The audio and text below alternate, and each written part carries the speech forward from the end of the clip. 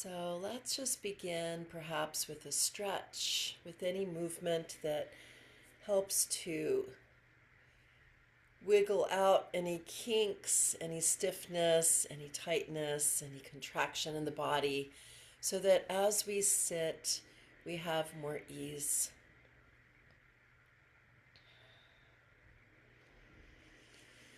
And when you're ready, finding relative stillness, and perhaps just moving the body, simply tilting a little bit from side to side and feeling that place of pressure on the left sit bone and the right sit bone. And then when we know what those extremes are, we can more easily find center. Find that place where the weight is even between the two sides of the body. Sensing the uprightness of the spine.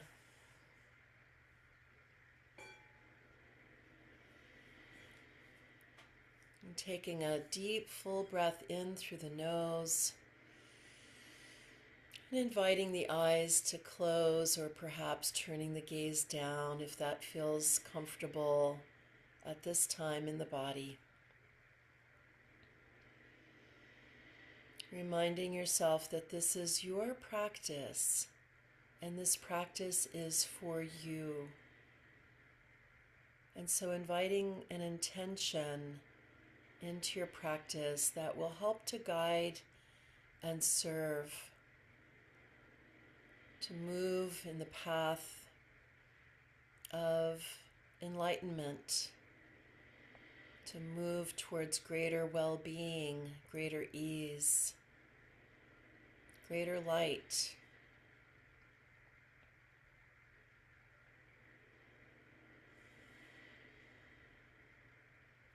And whatever the intention may be this morning or this afternoon, depending on where you are, just letting it go, releasing any grip, so that it's not a desire so much that we're gripping and holding on to with a lot of attachment, but we set an aspiration for ourselves and then we release it.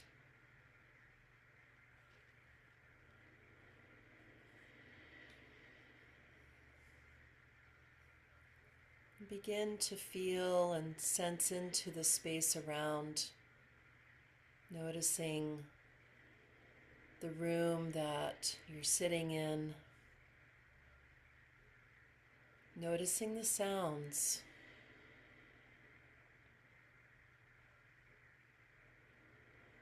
The sounds of your own breath, sounds in the space, and then noticing any sounds beyond the walls, outdoors perhaps, in the kitchen, the hum of the refrigerator, or whatever it may be.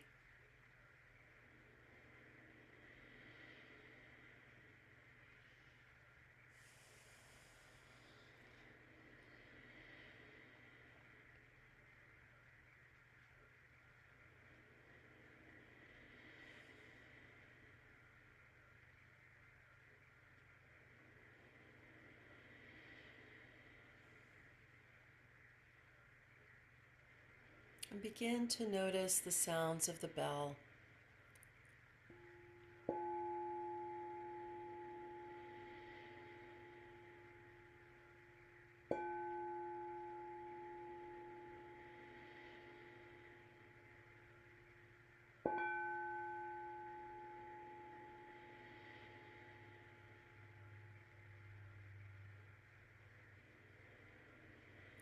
And as the sound dissipates, joining into the ambient space around,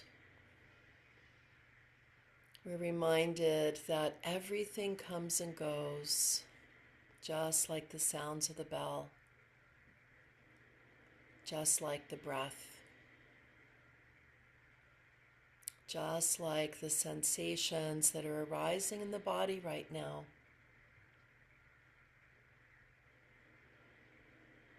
coming and going.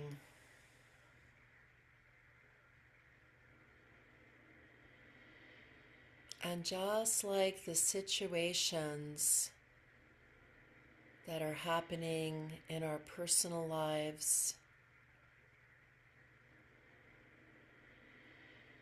they come and go as well.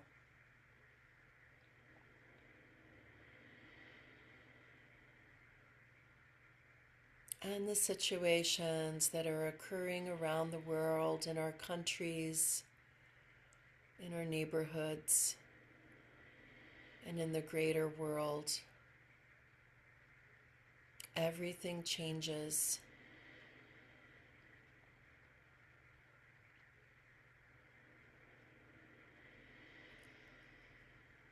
And we can invite our practice to be one of supporting and reminding us of what does not change.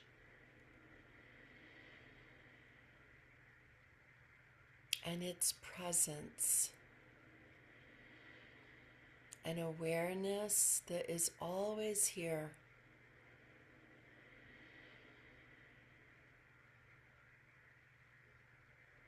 What we are aware of is in constant flux.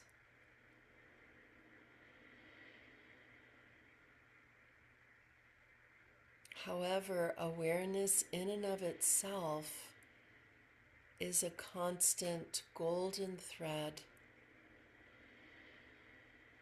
that's always here, waiting for us to remember.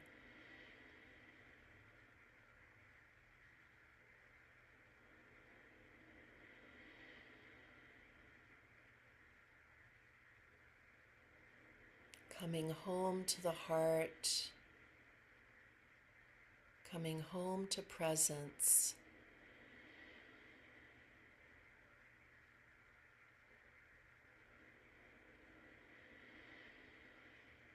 Awareness of the body sitting.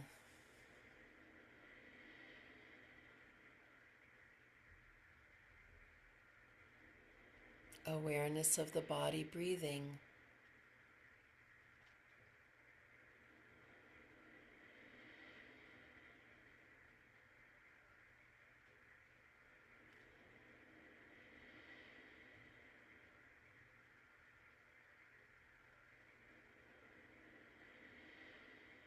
Awareness of everything that surrounds, comes and goes.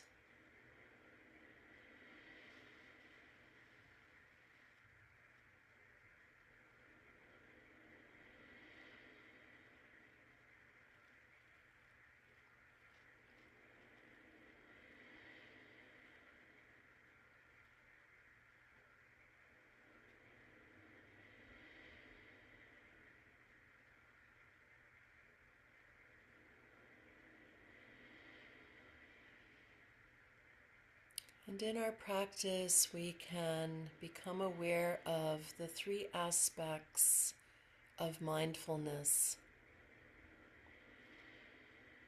First, we become present to what is arising right here, right now, in this moment, and what is passing away.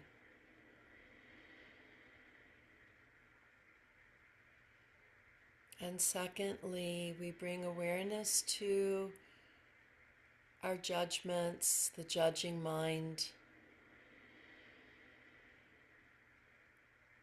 and we practice non-judgmental presence. So when we are aware of those thoughts that judge, that compare, that contrast, those thoughts that are grasping, clinging, the thoughts that are pushing away, aversion,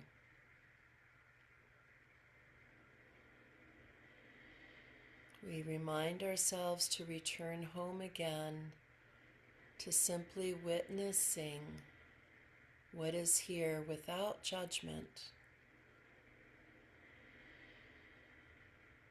letting go of good and bad and right and wrong. I want, I don't want.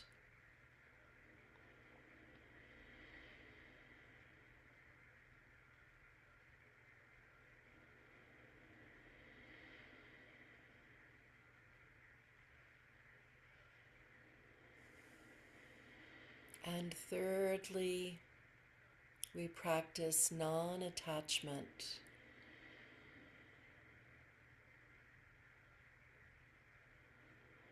When the mind is grasping,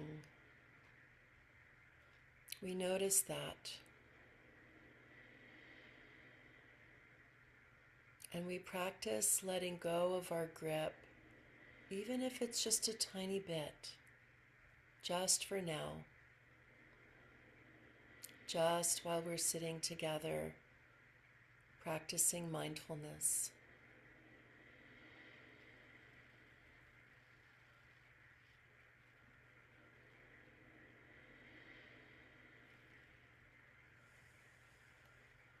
Using the breath and the body as anchors for presence, for non-judgmental presence, for non-attaching presence.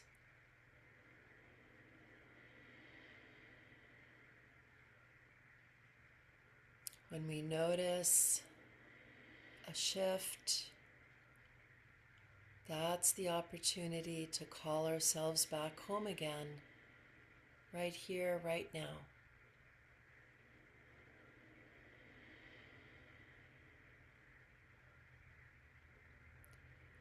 And so let us practice together in relative quiet and relative stillness.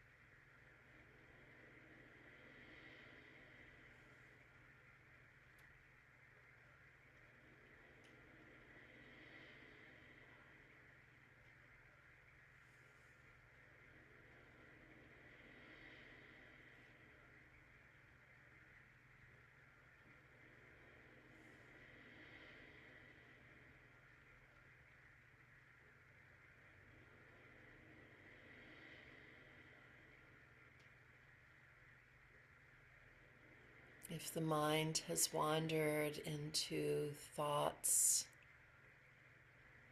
a web of thoughts, a whole story, we can simply notice the judging qualities that may be present, or the grasping qualities. And then to practice letting go, like the leaves in autumn that just let go, just for now, coming back to presence.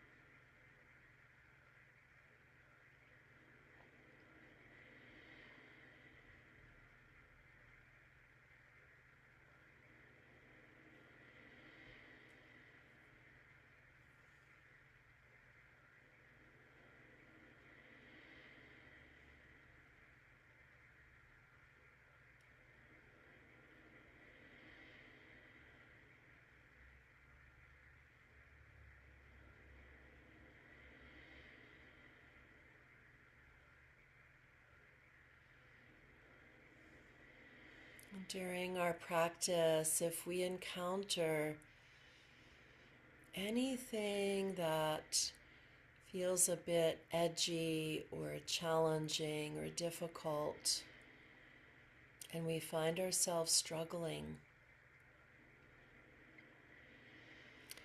we can practice strong back, soft heart.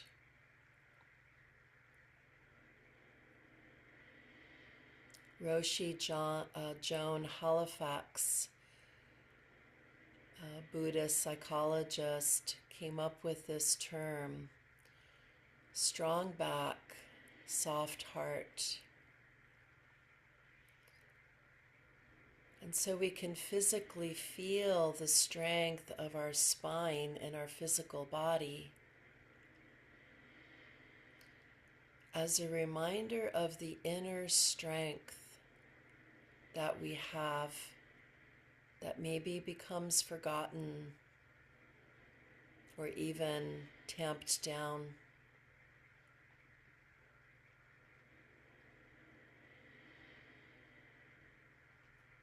Our strong back summons our strength, our inner strength,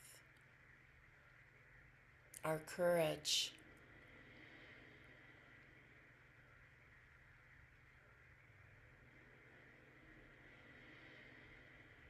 And our soft heart is an open heart, receptive,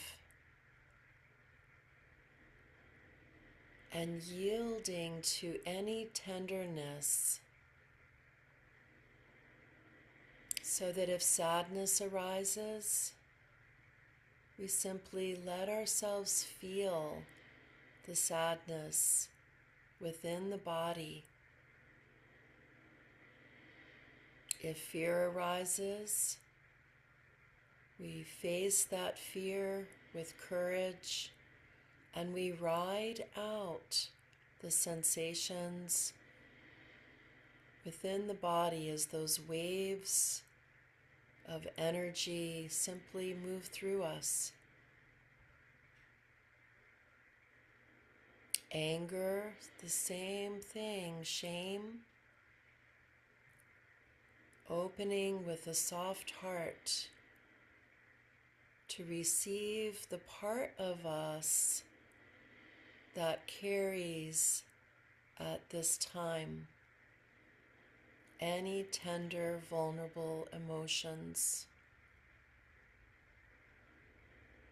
And like a surfer who rides the waves of the ocean, we ride the waves of the emotions, the energies moving through the body.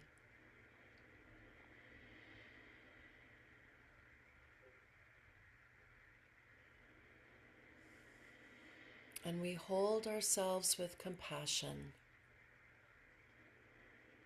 loving acceptance,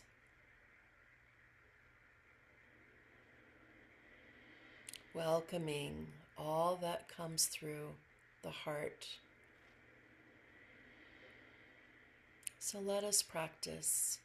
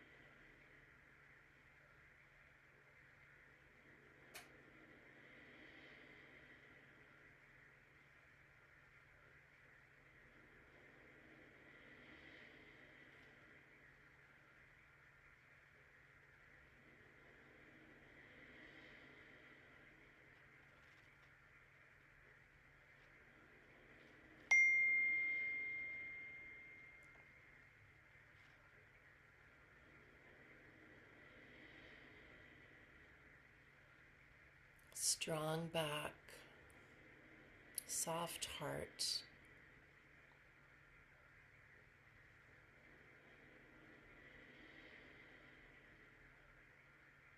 Strong, courageous back, soft and open heart.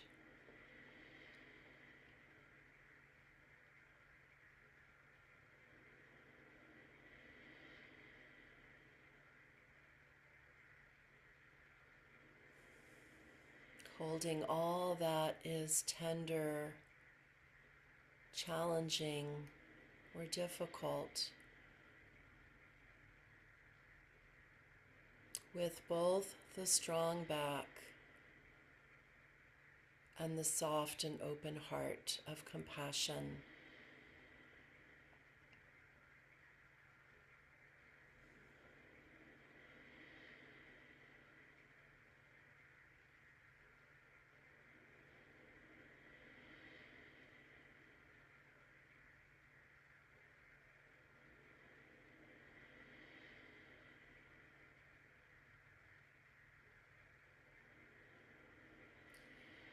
When we push away what is knocking on our door that feels difficult, and we turn our backs and walk away from the door, there's a way in which we harden ourselves. We brace ourselves, putting up walls, guarding.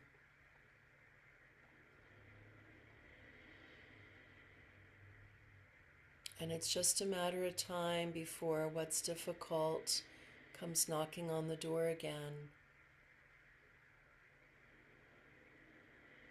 And so in these last few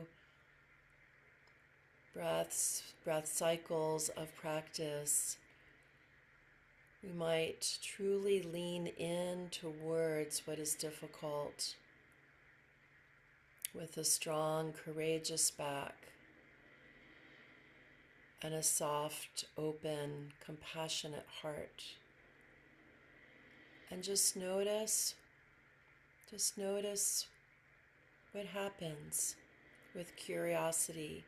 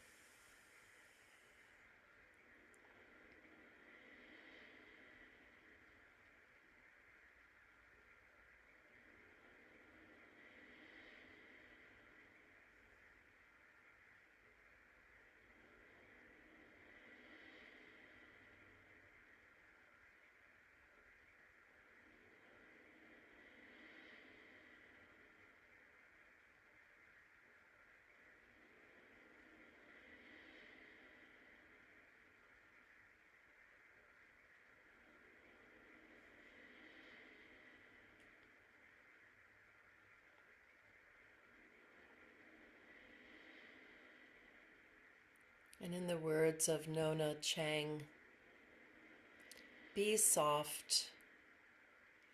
Do not let the world make you hard. Do not let the pain make you hate. Do not let the bitterness steal your sweetness.